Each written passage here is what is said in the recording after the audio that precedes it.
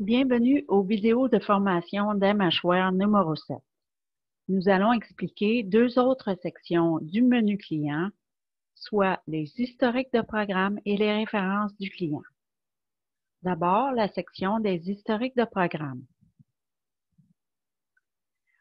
Nous avons la liste de tous les programmes ou services dans lesquels le client est impliqué avec votre agence, que ce soit actuellement ou dans le passé. Pour chaque programme, la date de chaque statut est montrée. Par exemple, dans ce programme, le client est sur la liste d'attente. Dans ce programme-ci, il reçoit des services. Et ici, il a reçu des services dans ce programme qui est maintenant fermé. Cliquez un programme existant pour aller voir les détails. Ou utilisez le bouton « Ajouter » pour impliquer le client dans un nouveau programme ou service. Cela ouvre une nouvelle fiche à remplir. Sélectionnez d'abord dans quel programme vous voulez impliquer le client. Le travailleur se place automatiquement. Vous pouvez le changer si vous remplissez la fiche pour un autre travailleur principal. Dans ce cas, après la sauvegarde, vous pourrez cliquer ce bouton pour envoyer un courriel à ce travailleur pour le notifier qu'un programme lui a été assigné. Ajoutez ici tous les travailleurs de soutien qui vont travailler aussi avec le client. Tous les travailleurs de cette liste auront le client dans leur propre liste de clients. Donc, pour voir ce client dans ma liste de clients, je dois être le travailleur principal ou un travailleur de soutien dans au moins un historique de programme du client. Et ce programme doit être actif, c'est-à-dire sans date de fermeture. Maintenant, il faut entrer d'où provient la référence pour ce programme. Il y a trois types possibles. Soit autoréférence, cliquez ce type et la source de la référence se placera automatiquement. Sélectionnez plutôt une référence interne lorsque la référence provient d'un autre programme de votre agence dans lequel le client est impliqué. Sélectionnez le programme dans la liste et n'oubliez pas de sélectionner la source de référence. Ou sélectionnez plutôt une référence externe lorsque la référence provient d'un contact dans la communauté ou d'une autre agence. Il faut alors indiquer qui a fait la référence. Sélectionnez la catégorie, puis le contact. Les contacts montrés sont ceux entrés dans le carnet d'adresse de l'agence pour cette catégorie. C'est le carnet d'adresse du menu utilisateur que nous avons déjà expliqué dans une autre vidéo. Notez que cette référence entrante sera aussi sauvegardée dans la section Références que nous allons voir tout à l'heure.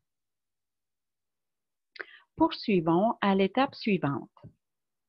La date du niveau de base est à la date du jour par défaut. Changez-la si nécessaire. Sélectionnez le ou les problèmes présents. Cette liste peut être personnalisée pour vos besoins. S'il y a lieu, sélectionnez le niveau du soutien. Vous avez ensuite les différentes étapes du programme, comme demande de service, liste d'attente et réception des services. Remplir en ordre en indiquant les dates appropriées pour chaque étape. Ou, si une étape n'est pas nécessaire, vous pouvez cliquer immédiatement l'étape suivante.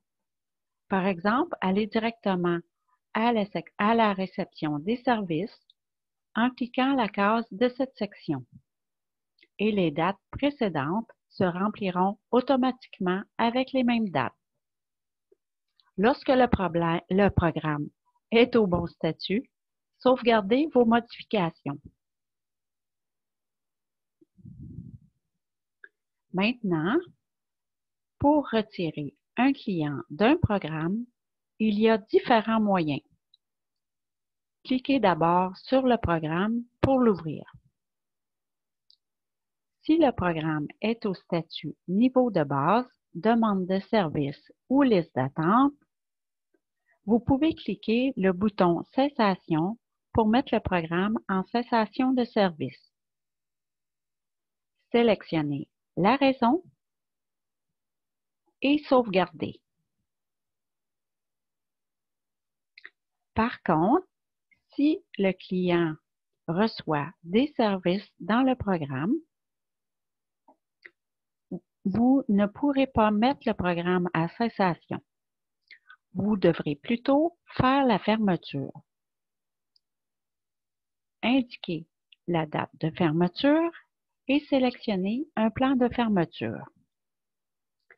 Cette liste est aussi personnalisable selon les besoins de votre organisme.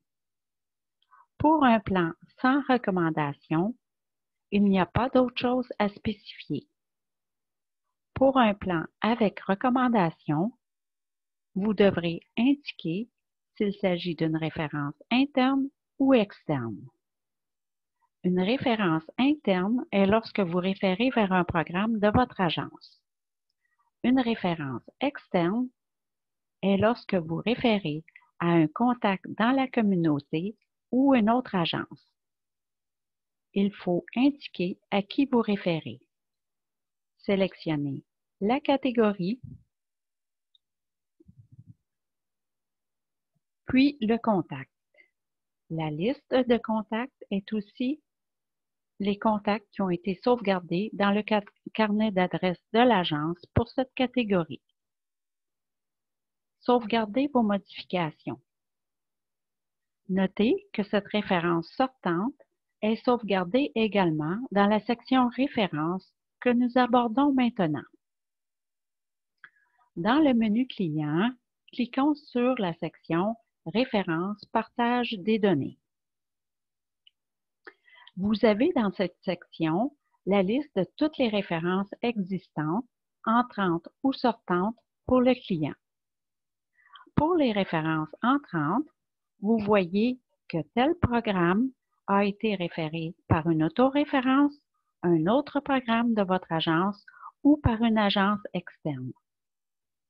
Pour les références sortantes, vous voyez à qui une référence a été faite avec également le statut de la référence. Cliquez une référence existante pour aller voir les détails ou utilisez le bouton « Ajouter » pour créer une nouvelle référence sortante à un contact dans la communauté ou à une autre agence. Ajustez la date, le travailleur et le programme qui réfère s'il y a lieu. Indiquez à qui vous faites la référence. Sélectionnez la catégorie puis le contact. Encore une fois, les contacts montrés sont ceux entrés dans le carnet d'adresse de l'agence pour cette catégorie. Entrez les raisons pour cette référence. Les cases cochées représentent l'information du client qui sera contenue dans la référence. Décochez les cases correspondantes à l'information que vous ne voulez pas partager. Sélectionnez le ou les problèmes présents. Cochez les contacts du carnet d'adresse du client à inclure dans la référence et cochez les fichiers joints à inclure.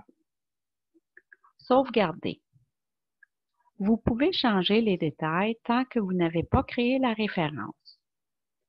Lorsque c'est correct, cliquez le bouton « Créer ». La référence est maintenant créée. Cliquez le lien pour voir la référence qui sera envoyée.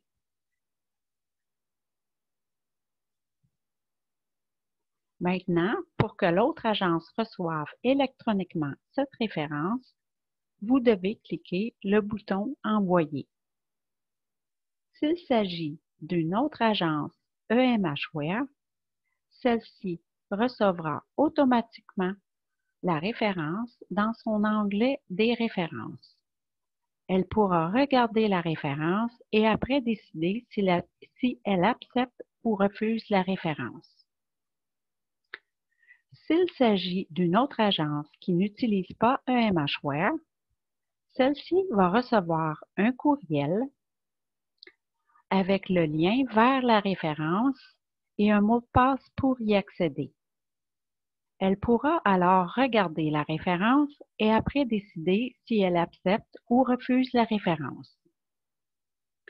Si l'agence n'a pas de courriel indiqué, mais qu'elle a un numéro de télécopie, le lien vers cette référence sera envoyé par télécopie. La personne devra alors entrer ce lien manuellement dans son ordinateur et entrer le mot de passe fourni pour y accéder.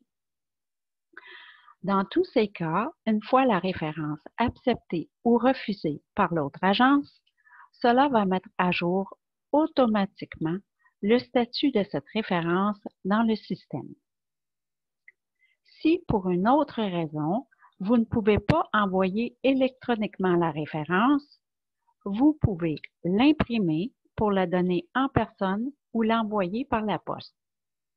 Dans ce cas, lorsque vous saurez que la référence a été acceptée ou refusée, vous devrez revenir à cette référence pour changer le statut à ce qui a été décidé par l'autre agence. Dans la vidéo numéro 12, vous aurez des explications supplémentaires concernant les références.